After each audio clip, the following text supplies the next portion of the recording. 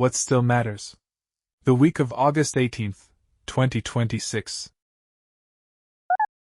On Monday, the 17th of August, the 60-day Memorandum of Understanding between the United States and Iran expired with no wider deal. On the same day, Iranian Foreign Ministry spokesman Esmail Baghai said Tehran and Muscat had reached an understanding on how ships would move through the Strait of Hormuz. Under it, vessels would enter on a route close to the Iranian coast and leave on a route close to Oman, and during an interim period they would transit without paying fees or tolls.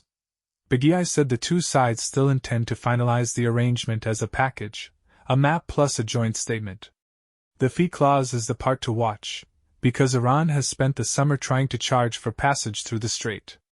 That is the claim the United States has refused, and Washington has answered it with a naval blockade of Iranian ports. President Trump told Fox News the same Monday that if Oman gets in the way, in his words, we'll bomb the shit out of them, and called on Iran to put up the white flag of surrender. He said he had no time schedule for the conflict. The shipping is not waiting for the diplomacy. On Thursday, the 13th of August, two tankers owned by the Abu Dhabi National Oil Company, the Navigate Messi and the Tariff, were hit by drones while transiting the strait, with minor damage and no casualties. The UAE Foreign Ministry called it a hostile Iranian attack and described Iran's conduct as piracy and a direct threat to the stability of the region, its peoples, and the global energy supply. Another ADNOC tanker had been hit by a missile 5 days earlier, on Saturday the 8th. ADNOC counts 15 attacks on its vessels since February. The question on the table is whether a state that sits on a strait can charge the world for using it, and who decides that.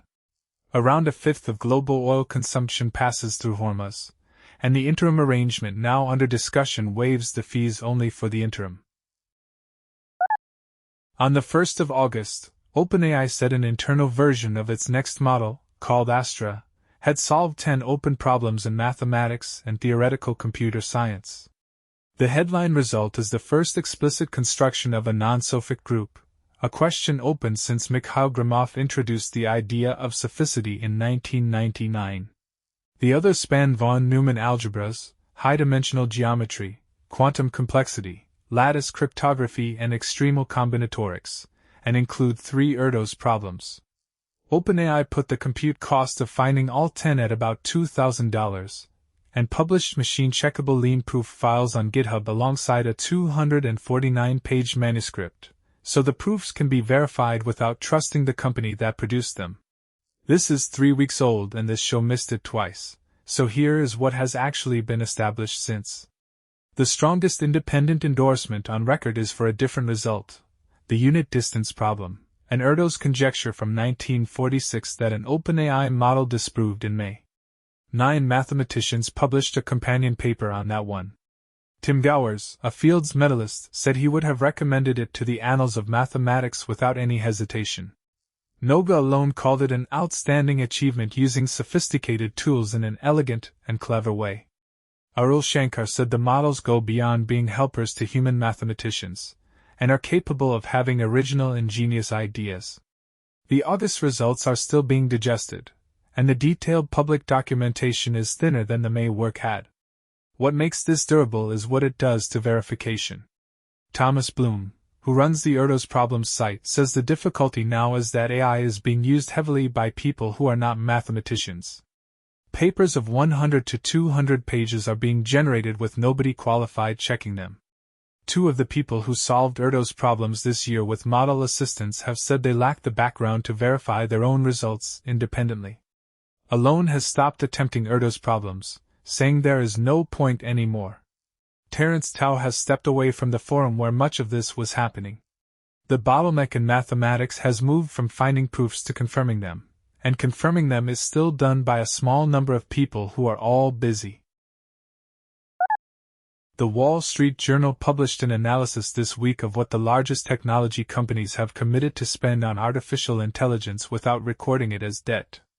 Reviewing Alphabet, Amazon, Microsoft, Oracle, Nvidia, Broadcom, SpaceX and Advanced Micro Devices, it put the total at roughly $3 trillion in off-balance sheet commitments, about 5 times the $600 billion in capital expenditure those firms reported over their most recent 12 months. Roughly $1 trillion of that is leases on data center space that have been signed but not yet started, which under current accounting rules do not appear as liabilities. The rest, between $1.5 and $1.9 trillion, is purchase commitments for chips, construction, and energy. An example of the mechanism arrived on Monday the 17th. A securities filing disclosed that Nvidia will provide credit support of up to $105 billion for the data center campus OpenAI is leasing at the port's Pike Technology campus in Pike County, Ohio. Nvidia is also investing $1.5 billion in SB Energy, the developer that will build and operate the campus under a 20-year lease to OpenAI. The site is 8 gigawatts of computing capacity, requiring at least 10 gigawatts of new generation, with the first power scheduled for 2028. Nvidia sells the chips, guarantees the credit that buys the buildings, and invests in the company that supplies the power. The exit is being priced at the same time. The Financial Times reported on Thursday the 13th that Anthropic's investors are targeting a valuation of $2 trillion or more for an October listing, on annualized revenue of $47 billion in May that they expect to reach between $100 and $120 billion by the end of the year. Half a dozen backers gave that figure, and one called $2 trillion conservative. Anthropic filed confidentially with the SEC on the 1st of June. A listing at that level would be the largest in history, above the $1.77 trillion SpaceX raised at in June. Romania shut down the second reactor at Cernavoda this week, taking its only nuclear plant fully offline for the first time since 2003. The reason is the Danube. The plant draws cooling water from the river, and flow rates across nearly 2/3 of the Danube are at their lowest in more than 30 years. The first reactor went down in late July. Cernavoda supplies about a fifth of Romania's electricity, and the plant director, Romeo Urgen, said he expected a restart within 10 days. Romania has budgeted over €2 million to move the water. Its military blasted rock from the riverbed, and it is sinking 4 barges loaded with stone near the Bala Canal to build an underwater barrier that pushes flow towards the plant. The level fell below what the reactor needs anyway. Hungary is doing the same thing at Pax, its only nuclear plant and a third of its electricity, with a submerged weir and 2 80-meter barges. Pax has been partially shut since late July. The Danube runs 2,850 kilometers from western Germany to the Black Sea, and its shipping is affected along the whole length. The demand side of the same grid ran into its own limit this week. The Guardian reported, from internal documents, that Microsoft has about 2.2 million AI chips installed worldwide, against a target of 1.8 million set for the end of 2024 and a $280 billion expansion since 2022. Microsoft rejected the calculation, saying the estimates draw the wrong conclusions from incorrect assumptions. Satya Nadella has described the constraint himself, quote, "You may actually have a bunch of chips sitting in inventory that I can't plug in. In fact, that is my problem today. It's not a supply issue of chips. It's the fact that I don't have warm shells to plug into," end quote. $280 billion of capital and a drought both end at the same place, which is how much electricity a country can actually deliver. The Financial Times reported this week that OpenAI disbanded its Preparedness team at the end of July. That was the team whose job was to evaluate whether frontier models posed catastrophic risks, including models hacking other companies and models assisting with biological weapons, and to decide what would stop them. Its work has been split by domain across other teams, with biological and cyber risk assessment handed to existing groups. Dylan Scandinaro, who had led Preparedness since joining from Anthropic in February, moves to research on recursively self-improving systems. It is the third safety team OpenAI has closed in about 2 years. The AGI readiness team went in 2024 and the mission alignment team in February of this year. The company is preparing for a public listing.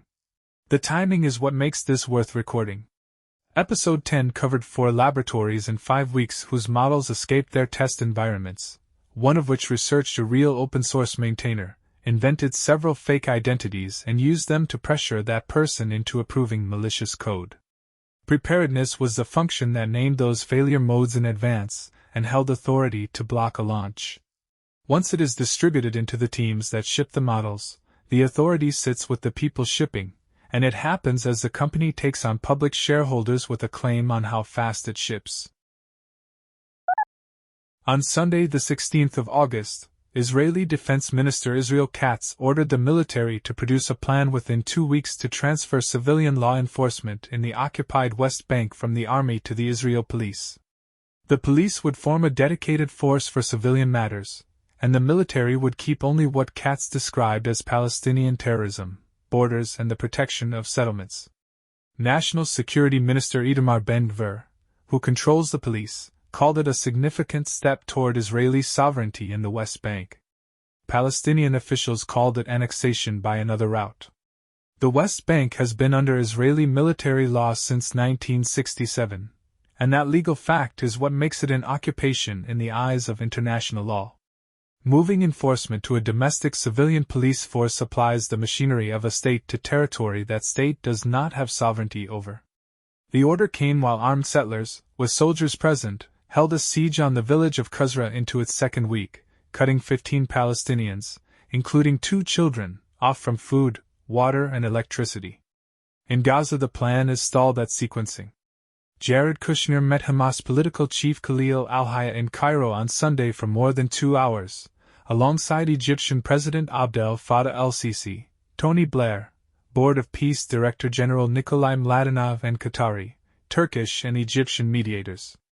Hamas accepted the 15-point roadmap and says Israel must first stop its violations and meet earlier commitments.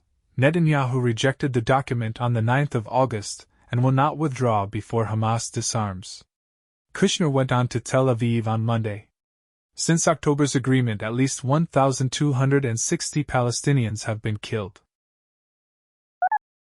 At 4:44 on Sunday morning, the 16th of August, a drone crossed from Moldova into Romanian airspace.